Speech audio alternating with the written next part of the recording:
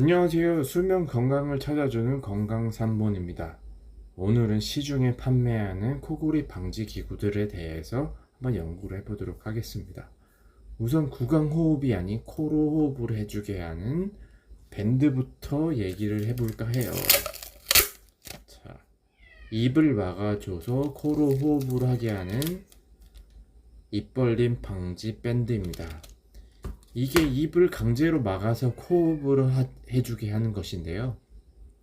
원리는 어쨌거나 콧돌이 세균을 걸러줘서 기도가 좁아지는 것을 방지해 준다는 것인데요.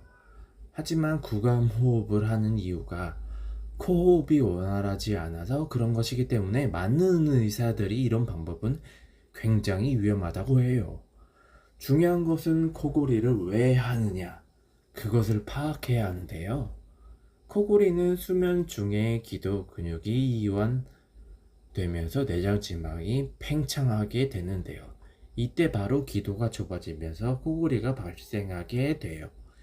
이 기도가 점점 좁아지면 뇌로 가는 산소가 적어지면서 바로 수면무호흡증이 생기게 됩니다. 이 수면무호흡증이 위험한 게 무엇이냐면요. 뇌와 심장으로 가는 산소가 점점 좁아지게 되면 뇌혈관 질환, 심장 질환, 그리고 고혈압 질환을 일으키게 됩니다.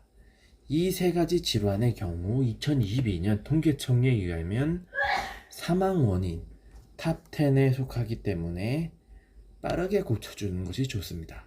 자, 이제 코골이 원인에 대해서 조금 아셨을까요? 결국 근본적으로 코골이를 해결하려면 수면 중에 좁아지는 기도를 방지해야 합니다. 제가 이 코골이를 근본적으로 해결해 드리기 위해 크게 두 가지 방법에 대해서 알려드릴게요. 우선 비만이신 분들은 살을 빼셔야 합니다. 기도 또한 살과 근육으로 이루어져 있기 때문에 살이 찌면은 기도도 좁아지기 마련입니다. 비만이신 분들은 살을 빼면 코골이 개선에 굉장한 도움이 돼요. 두 번째로는 기도 근육 강화 운동을 하셔야 하는데요. 오보의 연주자들이 코골이를 안 하는 이유가 기도 근육을 매일 단련을 해주기 때문에 수면 중에 기도 근육의 긴장을 유발해 줍니다. 일례로 버스 타거나 사무실에서 낮잠 주무신 분들 많죠? 코골이 하시는 분들 많이 보셨어요? 이분들 또한 수면에 들어갈 때 기도 근육이 이완되면서 이게 기도를 좁아지게 만들어 코를 고시는 겁니다. 그렇기 때문에 기도 근육 강화가 굉장히 중요한데요.